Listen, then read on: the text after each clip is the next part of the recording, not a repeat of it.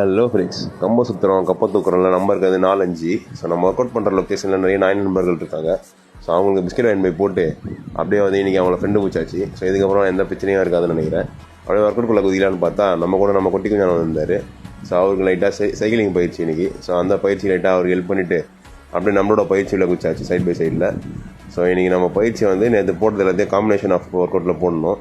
ஆனால் இந்த work out பண்ணும்போது நம்மளோட சிரமம் ஸ்டிக்கு வந்து மிஸ் ஆகுது. ஸோ அதை வந்து கரெக்ட் பண்ணணும். இன்னும் 2 நாள் தான் இருக்குது. அதுக்குள்ளே கரெக்ட் பண்ணலாம், இல்லாட்டி நம்ம அப்படியே ட்ரா பண்ணிடலாம். அதை முடிச்சுட்டு அப்படியே நம்ம இன்ட்ராக் எடுத்து இந்த கிரியேட்டினை உள்ளே விட்டுட்டு நம்ம 2 பேரும் ரேஸ் வச்சுக்கலாம் அப்படின்னு சொல்லி கூப்பிட்டான். சரின்ட்டு அவங்க கூட கொஞ்சம் நேரம் ரேசிங்க்கு பண்ணிட்டு அதுக்கப்புறமா நம்ம புஷ்அப்ஸ் அடிக்க ஆரம்பிச்சிச்சு ஸ்ட்ரென்த்தனுக்கு.